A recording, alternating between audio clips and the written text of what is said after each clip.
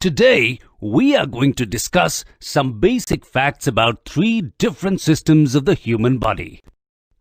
These systems play a very important role in the normal functioning of our body. They are the nervous system, the circulatory system, and the respiratory system. Click on a diagram to know about that body system. The system that carries out the process of breathing is called the respiratory system. During respiration, we breathe in oxygen that our body needs and breathe out carbon dioxide that our body doesn't need. The human body has two lungs, the main organs of the respiratory system. The lungs are connected to the nose and mouth by the trachea, larynx and pharynx. The trachea is also known as the windpipe.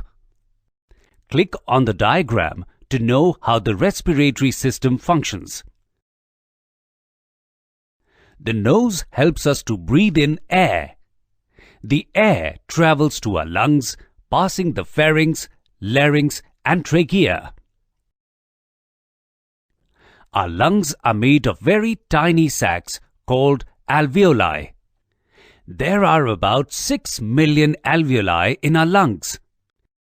When the air we breathe in reaches the alveoli, the oxygen is absorbed into the bloodstream from where it is carried to all parts of the body. As you've learnt, it first passes through the heart where it is pumped out. The pumping action pushes the blood around the body. The blood goes to each part of the body, delivering oxygen and in turn taking in carbon dioxide. In the heart, the blood carrying carbon dioxide is pumped once again. The pumping action is like a push that the blood needs to keep going. It flows to the lungs once again, where carbon dioxide passes through the alveoli and enters our lungs. On breathing out, it is sent out of the body, once again passing through the trachea, larynx and pharynx. Out it comes from our nostrils. Click the back button to go to the first screen.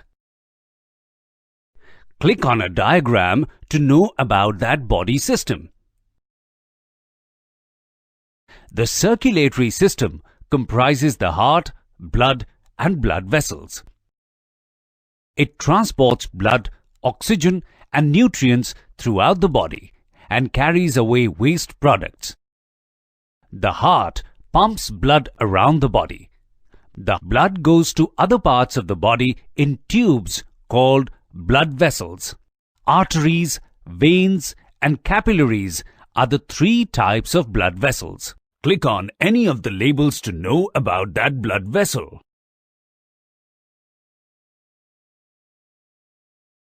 The veins carry deoxygenated blood from other parts of the body to the heart. The arteries carry oxygen-rich blood away from the heart to other organs and tissues in the body. The capillaries are very small blood vessels that link veins to arteries. Click on the heart to know more about it. The heart is divided into 4 chambers. The 2 upper chambers of the heart are known as atriums. The 2 lower chambers of the heart are known as ventricles. The right side and the left side of the heart are separated by a wall called septum. Let us now see how the heart works. Impure blood from different parts of the body enters the right atrium. This blood is low in oxygen. It is pushed into the right ventricle. From the right ventricle, this blood enters the lungs where it receives oxygen and gets rid of the carbon dioxide. From the lungs, the oxygen-rich blood enters the left atrium. It is then pumped into the left ventricle. From the left ventricle, the oxygen-rich blood travels around the body through arteries to provide cells with oxygen and other nutrients. At the same time, it collects carbon dioxide and waste material from the cells and again goes into the right atrium. In this way, the blood circulation continues in the body. Do you know how to check your pulse? You can feel your pulse by gently pressing an artery in your wrist, called the radial artery. As you press the artery, you will feel it pulsating or beating. Click the back button to go to the first screen. Click on a diagram to know about that body system. When you feel thirsty, your hand picks up a glass of water and raises it to your lips. As soon as you drink the water, your thirst is quenched. Do you know what controls all body actions that are required to quench your thirst? It is the nervous system of your body. The nervous system is the control center of the human body. It receives messages from inside and outside your body and responds accordingly. It sends messages to each part of your body and tells it what to do.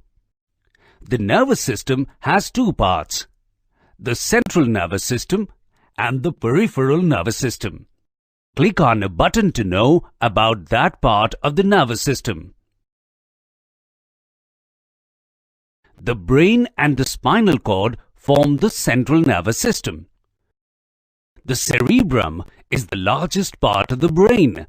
It consists of the frontal lobe, the parietal lobe, the occipital lobe, and the temporal lobe. Each lobe is responsible for the control of different body functions and actions. The cerebellum lies just below the cerebrum. It controls your body movement and balance. The spinal cord connects the central nervous system to the peripheral nervous system. Click the Close button to go to the previous screen.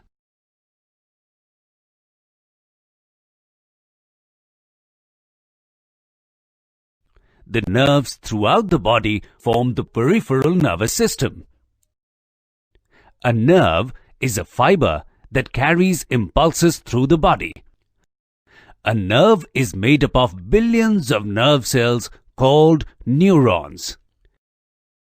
The nerves react to anything that we touch, feel, hear, or see and send the message to the central nervous system. The brain in the central nervous system sends a message which tells the body how to react to the information provided. At every moment of your life, the nervous system sends millions of messages throughout your body. No wonder I feel so tired. The nerves that send messages to your brain are called sensory nerves.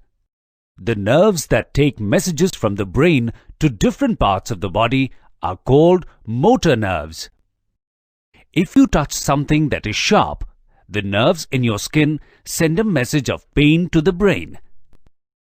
As the message reaches the brain works out a response and sends a message telling the body how to react.